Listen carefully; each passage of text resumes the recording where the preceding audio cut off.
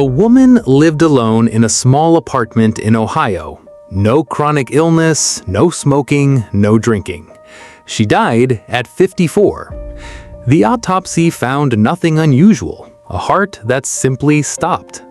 Later, researchers going back through her medical records noticed something odd. In her final 2 years, she hadn't had a single sustained conversation with another human being. Not one. Her doctor didn't write isolation as a cause of death. There's no code for that on a certificate. But if you ask the scientists who study this, they'll tell you something unsettling. Her body had been dying long before her heart stopped. This isn't a metaphor, it's biology. In 2010, researchers led by Julianne Holt-Lunstad pulled together data from over 300,000 people across dozens of studies and asked a simple question: does loneliness actually kill you?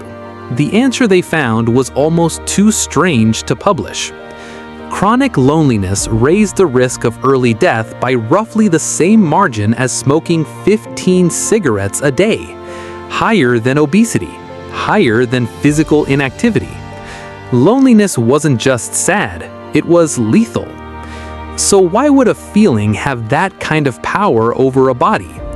The answer starts 300,000 years ago, long before hospitals, long before medicine, long before anyone had a word for lonely at all. For most of human history, being alone wasn't a mood, it was a death sentence. A human separated from the group had no one to watch for predators while they slept, no one to help carry food, fight off a threat, or notice if they got sick. Alone on the savannah, a single person's odds of surviving a single bad night dropped fast. So evolution did something ruthless and efficient. It built an alarm system directly into your nervous system, one designed to make isolation feel unbearable. So unbearable that you'd do almost anything to get back to the group. That alarm is still going off in you today. In 2003, neuroscientist Naomi Eisenberger ran an experiment that showed exactly how deep this alarm goes. She put people in a brain scanner and had them play a simple ball-tossing game with 2 other players, except the other players were computer-controlled, and at a certain point, they simply stopped throwing the ball to them. Left out. Nothing more. But the brain scans told a different story.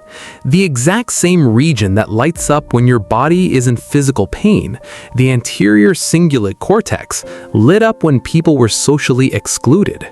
Not a similar region, the same one.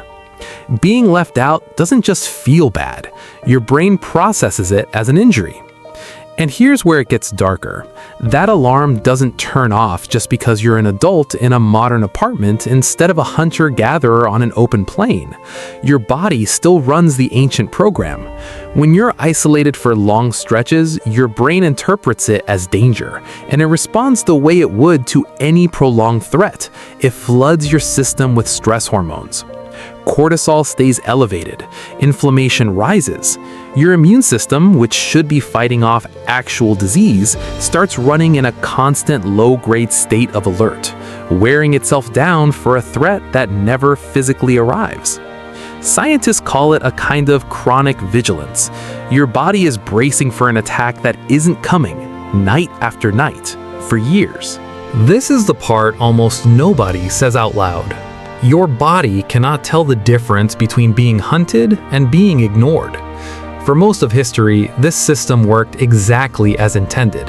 The pain of loneliness was supposed to be temporary, a push back toward the fire, back toward the group, back toward safety.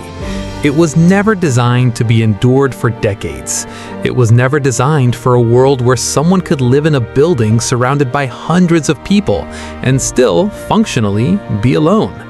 We built a world our alarm system was never built for. The woman in Ohio wasn't unwell. She wasn't weak. Her body was doing exactly what it evolved to do, treating years of silence the same way it would treat years of exposure to a predator that never stopped circling. And maybe that's the part worth sitting with.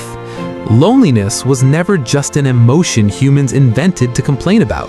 It's older than language, older than fire, older than almost everything we consider human. It's a warning system built for a world with no locks on the doors, no phones, no way to survive except together. We turned that world into cities and apartments and screens, but we never turned off the alarm. It's still ringing, quietly, in millions of people right now. The question is whether we're still willing to listen to what it's actually trying to tell us.